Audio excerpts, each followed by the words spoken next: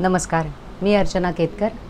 आज कार्तिक शुक्ल द्वादशी शके 1945 सादर करत आहोत ठाणे वार्ता। ठळक घडामोडी। मुख्यमंत्री एकनाथ शिंदेंच्या आदेशानुसार ठाण्यात रस्ते धुलाईला प्रारंभ। जिजाऊ शैक्षणिक आणि सामाजिक संस्थेच्या वतीने 1-2 नव्हे तर तब्बल 35,000 भगिनींना कृतज्ञतेची भाऊबीज कार्यक्रमांतर्गत पैठणीचं वाटप। आणि संपूर्ण मुंबई महानगर प्रदेशातील वाहतूक व्यवस्था एकमेकांना पूरक पद्धतीने करण्याची गरज खासदार श्रीकांत शिंदे। या आणि इतर घडामोडी विस्तृतपणे पण काही क्षणातच आमच्या फेसबुक, यूट्यूब आणि संकेतस्थळाला सबस्क्राइब करायला विसरू नका। मैं घर घर जाके काम करती हूँ। मेरे हस्बैंड ऐसी बेलदारी मजदूरी करते हैं। पहले मैं टीके लगवाती थी, फिर ऐसा हुआ कि हम लोग काम करते थे, हमारा काम डाउन होने लगा। फिर हम गांव चले गए, फिर गांव से आए तो हम दोनों काम में बिजी हो गए। एनम दीदी हमारे एक दिन घर आई, उन्होंने कहा कि मुझे कार्ड दिखाओ। फिर उन्होंने देखा, उसमें कुछ टीके छूटे पड़े। आस पड़ोस में जितने भी बच्चे हैं उनके घर पर गए, उनकी मम्मी पापा से बोले जो जो बच्चे छूट गए हों वो बच्चे अपना टीका लगवा लें। अब हम लोग सारी लेडीज मिलकर बच्चों का टीका लगवा के आए। हम तो भूल गए थे कि हमारे बच्चे का टीका नहीं लगा, लेकिन सरकार ने भूली, हमारे दरवाजे पर आए और टीका लगाए। मिशन इंद्रधनुष।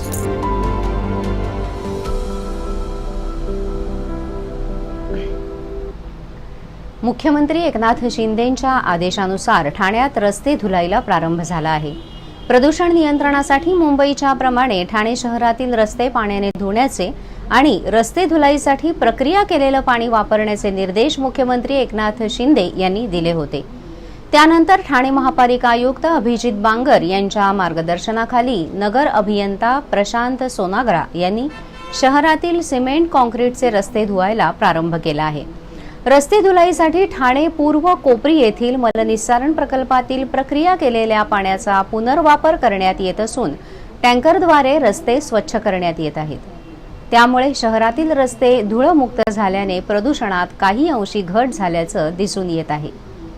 संपूर्ण मुंबई महानगर प्रदेशातील वाहतूक व्यवस्था एकमेकांना पूरक पद्धतीने करण्याची गरज व्यक्त करत त्यासाठी सविस्तर आराखडा तयार करण्याची संकल्पना कल्याण लोकसभा मतदारसंघाचे खासदार श्रीकांत शिंदे यांनी MMRDAच्या बैठकीत मांडली। त्यासाठी विशेष बैठकीचं आयोजन करून त्यात सर्व महापालिकांना सामावून घेण्याची मागणी त्यांनी MMRDAचे महानगर आयुक्त डॉक्टर संजय मुखर्जी यांच्याकडे केली। सोबतच ठाणे पल्याडच्या शहरांमध्ये असलेले सर्व प्रमुख मार्ग जोडण्यासाठी रिंग रोड तयार करत नागरिकांना अवघ्या काही मिनिटात शहराबाहेर पडण्यासाठी व्यवस्था निर्माण करण्याची मागणीही यावेळी खासदार श्रीकांत शिंदे यांनी केली। त्यावर लवकरच नामांकित सल्लागार समितीची बैठक आयोजित केली जाणार असून यामुळे ठाणे पल्याड वाहतुकीचा चेहरा मोहरा बदलणार आहे। तसंच महत्वाकांक्षी मेट्रो 12ची निविदा येत्या 2 दिवसात जाहीर केली जाणार असून त्याच्याही कामालाही लवकरच सुरुवात होणार आहे। कल्याण लोकसभा मतदारसंघासह आसपासच्या परिसरात सुरू असलेल्या वाहतूक प्रकल्पांच्या कामाचा आढावा घेण्यासाठी मुंबई महानगर प्रदेश विकास प्राधिकरण अर्थात MMRDAच्या मुख्यालयात खासदार श्रीकांत शिंदे यांच्या प्रमुख उपस्थितीत एका विशेष बैठकीचं आयोजन करण्यात आलं होतं। या बैठकीत महानगर आयुक्तांसह MMRDAचे अधिकारी, ठाणे, कल्याण, डोंबिवली, उल्हासनगर आणि अंबरनाथ या पालिकांचे प्रशासकीय प्रमुख उपस्थित होते। यावेळी विविध विषयांवर चर्चा करण्यात आली। विस्तारित ठाणे म्हणून ओळख असलेले कल्याण, डोंबिवली, उल्हासनगर, अंबरनाथ, बदलापूर आणि टिटवाळा ही शहरं विविध राज्यमार्ग किंवा राष्ट्रीय महामार्गाने जोडलेली आहेत। मात्र या शहरांमधून बाहेर पडण्यासाठी शहरांतर्गत मोठा प्रवास करावा लागतो। हा प्रवास टाळून अवघ्या काही मिनिटात वाहन चालकाला महामार्गाला पोहोचता यावं यासाठी ही सर्व शहरं आणि महत्त्वाचे रस्ते रिंग रोडने जोडण्याची कल्पना खासदार श्रीकांत शिंदे यांनी बैठकीत मांडली। त्यावर MMRDA प्रशासनानेही सकारात्मक भूमिका घेतली असून लवकरच या नव्या मार्गाच्या आखणीसाठी नामांकित सल्लागारांची बैठक आयोजित केली जाणार असल्याचंही सांगितलं। या सर्व शहरांमधून जाणारे मार्ग एकमेकांना जोडले गेल्यास अवघ्या काही मिनिटात वाहन चालक शहराबाहेर पडू शकेल। सध्या शहरातून महामार्गांवर पोहोचण्यासाठी वाहन चालकाला मोठा वेळ खर्ची घालावा लागतो।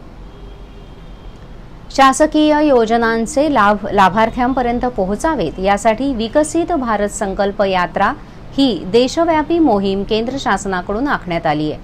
15 नोव्हेंबरपासून सुरू झालेली ही विकसित भारत संकल्प यात्रा मोहीम 26 जानेवारी 2024 पर्यंत सुरू राहणार आहे।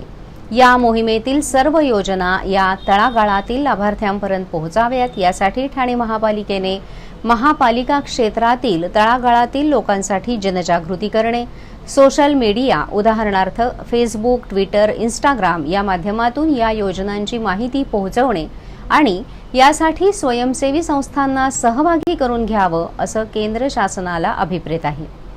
ठाणे महानगरपालिकेत बैठकीचं आयोजन करण्यात आलं होतं। या बैठकीला अध्यक्ष भारतीय सांस्कृतिक संबंध परिषद, भारत सरकार विदेश मंत्रालय, माजी खासदार राज्यसभा डॉक्टर विनय सहस्रबुद्धे, ठाणे महानगरपालिका अतिरिक्त आयुक्त प्रशांत रोडे, उपायुक्त जी गोदेपुरे, वर्षा दीक्षित यांच्यासह ठाणे महापालिकेच्या विविध विभागाचे संबंधित अधिकारी आणि स्वयंसेवी संस्थांचे प्रतिनिधी उपस्थित होते। या योजनांची माहिती करून घेण्यासाठी ही बैठक आयोजित केली होती। या बैठकीत डॉक्टर विनय सहस्रबुद्धे यांनी सांगितलं की पंतप्रधान नरेंद्र मोदी यांच्या संकल्पनेतून ही मोहीम देशभरात राबवली जाणार आहे। प्रत्येक गरजू भारतीय लाभार्थ्याचा शोध घेऊन सर्व लाभार्थ्यांपर्यंत केंद्र शासनाच्या योजनांची माहिती आणि प्रत्यक्ष लाभ पोहोचवणे गरजेचे आहे। या योजनांमध्ये ठाणे महानगरपालिका अंतर्गतच्या PM स्वनिधी योजना, पंतप्रधान आवास योजना, स्वच्छ भारत मिशन, PM ई-बस आणि अमृत योजना आदी सुरू असलेल्या योजनांची सद्यस्थिती आणि माहिती संबंधित अधिकाऱ्यांकडून जाणून घेतली। पंतप्रधानांच्या संकल्पनेतून देशातील सर्व शूरवीर यांच्याकरता राबवण्यात आलेल्या मेरी माटी मेरा देश यामध्ये ठाणे महापालिकेने भरीव योगदान केलं असल्याने शासनाने ठाणे महापालिकेने केलेल्या प्रयत्नांची दखल घेऊन प्रशंसा केली आहे।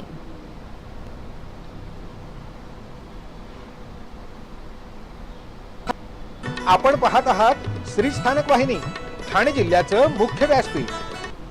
ठाणे वार्ता पहा श्री स्थानक वाहिनीवर। आता सकाळी 9:15 पासून रात्री 9:15 पर्यंत ठाणे वार्ता, ठाण्यातील पहिलं दृकश्राव्य माध्यम। ठाणे वार्ता आणि श्री स्थानक वाहिनीचं लाईव्ह स्ट्रीमिंग ठाणेवार्ता.com वरील लाईव्ह स्ट्रीमवर क्लिक करा आणि अगदी मोबाईलवरही ठाणे वार्ता श्री स्थानक वाहिनीचा आनंद लुटा।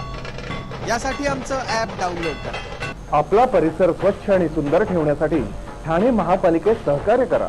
ओला सुका कचरा वेगवेगळा जमा करा आणि रोगराईपासून मुक्तता मिळवा। डॉक्टर आणि रुग्णांचं पिढ्यानपिढ्यांचं जिव्हाळ्याचं नातं म्हणजेच डॉक्टर बेडेकर हॉस्पिटल। आता अत्याधुनिक सोयी सुविधा आणि तंत्रज्ञान युक्त वंध्यत्व निवारण केंद्रात IVF आणि टेस्ट ट्यूब बेबीची ही सुविधा।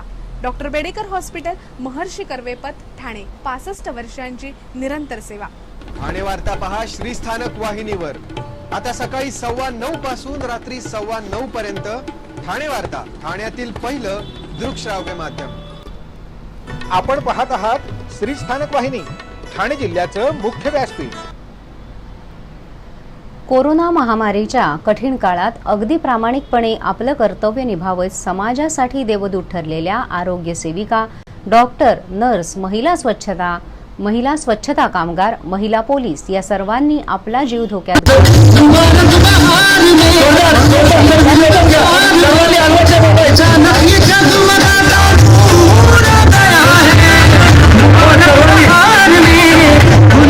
जिल्ह्यात विविध ठिकाणी कृतज्ञता भाऊबीज 2020 पासून मोठ्या उत्साहात साजरा करण्यात येते। सुमारे 35,000 भगिनींना पैठणी साडीचं वाटप करत त्यांना भाऊबीज केली जाते। यंदा देखील कृतज्ञतेची भाऊबीज या निमित्ताने या कार्यक्रमाचा सांगता सोहळा पार पडला।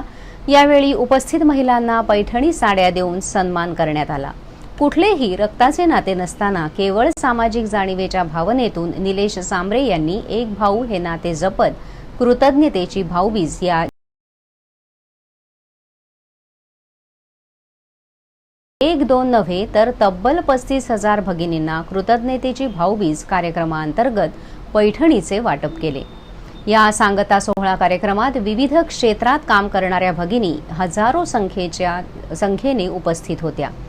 जिजाऊ शैक्षणिक आणि सामाजिक संस्था ही गेल्या 15 वर्षांपासून आरोग्य, शिक्षण, क्रीडा, महिला सक्षमीकरण, शेतकऱ्यांचे सक्षमीकरण यांसारखे अनेक समाजोपयोगी उपक्रम राबवत आहे। जिजाऊ संस्थेचे संस्थापक निलेश सांबरे हे सामाजिक बांधिलकी जपत आपल्या व्यवसायातून मिळालेल्या नफ्यातून हे उपक्रम राबवत आहेत। ठाणे शहरातील महिला बचत गट, विविध सामाजिक संस्था, संघटना कोरोना काळात कठीण परिस्थितीत कुटुंबाला आधार देणाऱ्या 35,000 कोरोना योद्धा महिलांचा सन्मान यावेळी करण्यात आला। वाहतूक व्यवस्था सुरळीत असावी असे प्रत्येकालाच वाटते। ट्रॅफिक जाम कोणालाच नको आहे, पण त्यासाठी आवश्यक असलेली जबाबदारी कुणालाही नको आहे। ट्रॅफिक समस्या टाळायच्या असतील तर नागरिकांचे वाहतूक भान वाढवायला हवे। त्यासाठी शालेय आणि महाविद्यालयीन अभ्यासक्रमात वाहतूक-विषयी अभ्यासक्रमाचा समावेश व्हायला हवा असे मत पोनी विजय गायकवाड वाहतूक शाखा यांनी व्यक्त केले। The world day of remembrance for road traffic victims जागतिक स्मरण दिन निमित्त विद्याप्रसारक मंडळाचे बेडेकर मॅनेजमेंट कॉलेज येथील पाणिनी सभागृहात आयोजित कार्यक्रमात ते बोलत होते। त्यावेळी व्यासपीठावर संचालक डॉक्टर नितीन जोशी उपस्थित होते। यावेळी कॉलेजमधील सर्व प्राध्यापक आणि 150 ते 200 विद्यार्थी यांना रस्ते अपघात टाळण्यासाठी वाहतुकीचे नियम पाळणे आवश्यक आहे याविषयी मार्गदर्शन करण्यात आलं। याबाबत अपघातांच्या चित्रफिती दाखवून पीपीटीद्वारे विजय गायकवाड वाहतूक शाखा यांनी मार्गदर्शन केलं। यावेळी ठाणे नगर वाहतूक उपविभाग येथील अंमलदार हजर होते। यावेळी कॉलेजमधील विद्यार्थ्यांना वाहतूक नियमांचे पालन करणे आणि अपघात टाळणे याबाबत सविस्तर मार्गदर्शनही करण्यात आलं। अनेक बैठका, चर्चा, पुराव्यानिशी तक्रारी, आंदोलने होऊनही अनधिकृत बांधकामांबाबत कारवाई झाली नाही। त्यामुळे आता चर्चा बैठका न करता थेट संबंधित अधिकाऱ्यांना घेराव घालण्यात येईल असा इशारा आमदार संजय केळकर यांनी अधिकाऱ्यांच्या बैठकीत दिला। शहरातील विविध समस्यांबाबत आमदार संजय केळकर यांनी विविध विभागांच्या अधिकाऱ्यांची बैठक बोलावली होती। यावेळी विविध विभागातील समस्याग्रस्त 150हून जास्त नागरिक उपस्थित होते। बैठकीत केळकर यांनी दिव्यातील पाणी टंचाई, शहरात सुरू असलेली अनधिकृत बांधकामं, वाहतूक कोंडी आदी समस्या निदर्शनाला आणून दिल्या। ठाणे शहरात आजही अनधिकृत बांधकामं सुरू आहेत। या अनधिकृत बांधकामांमुळे उपलब्ध सोयी सुविधांवर ताण पडतो, तसेच सर्वसामान्य नागरिकांची फसवणूक होतेच। शिवाय महापालिकेलाही आर्थिक तोटा सहन करावा लागतो। कारवाई होऊ नये म्हणून अधिकाऱ्यांवर राजकीय दबाव येत असेल तर त्याला न जुमानता कारवाई करण्यात यावी। यापुढे बैठका आणि चर्चा न होता संबंधित अधिकाऱ्याला भाजपचे युवा कार्यकर्ते घेराव घालतील असा इशारा केळकर यांनी बैठकीत दिला। दिव्यात नियोजनाअभावी पाणी टंचाई भेडसावत आहे। काही ठिकाणी फक्त रात्रीचेच पाणी मिळते। चाळीच्या ठिकाणी आता इमारती झाल्या असल्या तरी पाणी मात्र तेवढंच मिळतंय।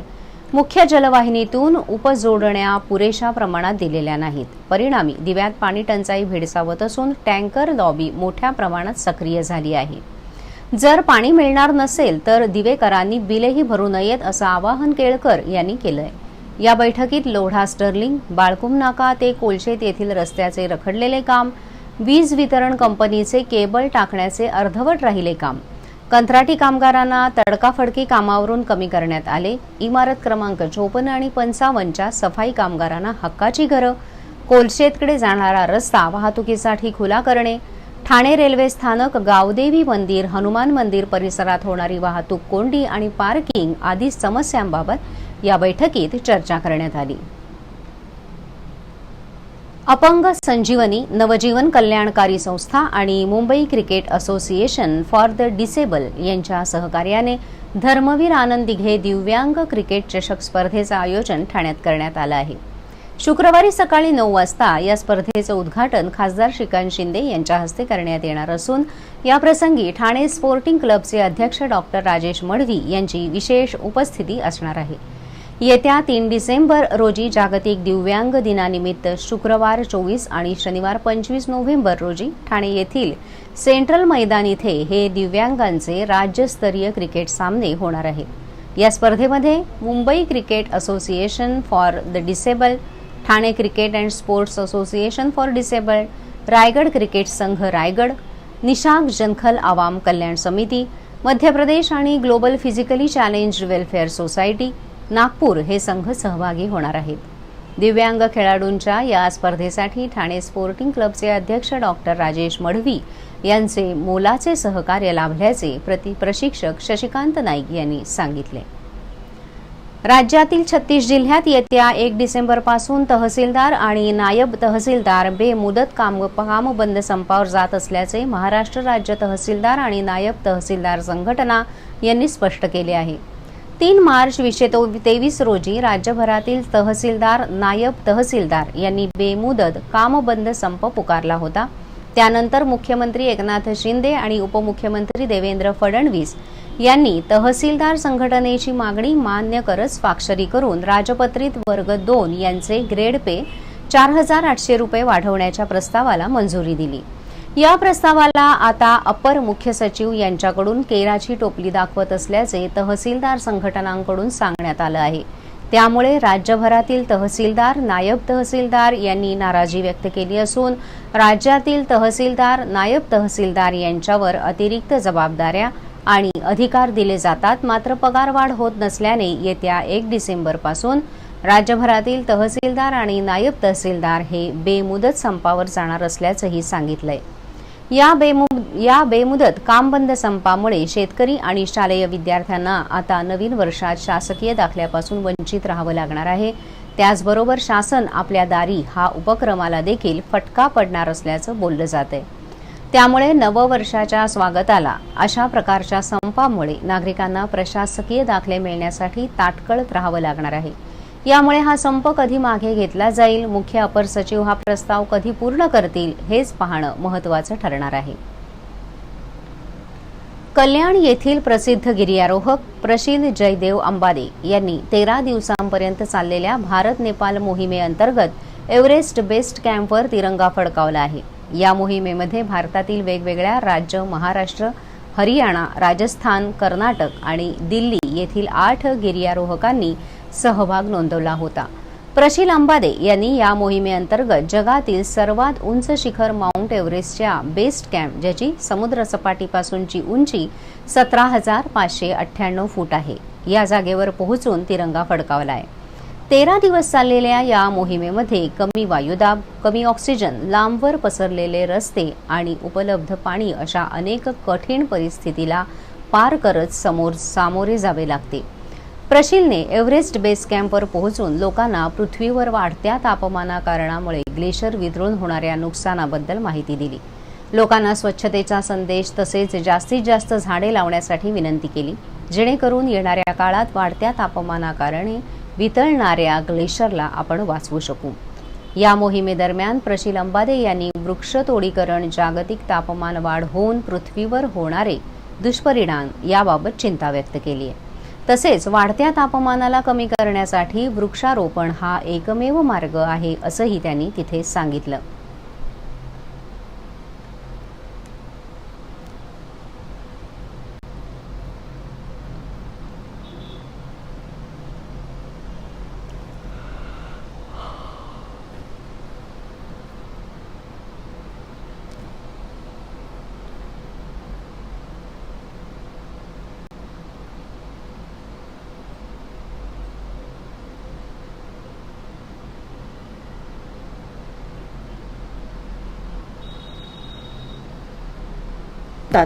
यासाठी आपल्या घरातील पाणी साठे, उदाहरणार्थ बॅरल्स, पिंपे, टाक्या, हौद, रांजणे इत्यादी दर आठवड्याला रिकामे करून घासून पुसून कोरडे करून पुन्हा भरावे. 1 दिवस कोरडा दिवस म्हणून पाळावा. पाणी साठ्यांना घट्ट झाकणे बसवावीत किंवा जुनी साडी, चादर, धोतर यांनी बांधून झाकून ठेवावीत, म्हणजे डास त्यात जाऊन अंडी घालणार नाहीत. घराच्या गच्चीवर, आजूबाजूला, अंगणात कोठेही पाणी साचू देऊ नये. भंगार सामान उघड्यावर टाकू नये. उदाहरणार्थ टायर्स, प्लास्टिक सामान, कुंड्या, टाकाऊ वस्तू इत्यादी. अशा सामानात पावसाचे पाणी साठून त्यात डेंग्यूच्या डासांची पैदास होते. घरातील कूलर्स, फ्रीजच्या पाठीमागील ट्रे हे देखील वेळोवेळी कोरडे करावेत. लक्षात ठेवा, नुसत्या फवारणीने डास घनता कमी होत नाही, तर त्यासाठी डास पैदास ठिकाणे नष्ट करणे ही आपल्या सर्वांची जबाबदारी आहे.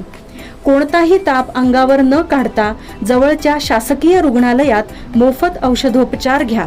अशा प्रकारे नागरिकांनी सहकार्य केल्यास डेंग्यूचा प्रसार रोखणे सहज शक्य आहे.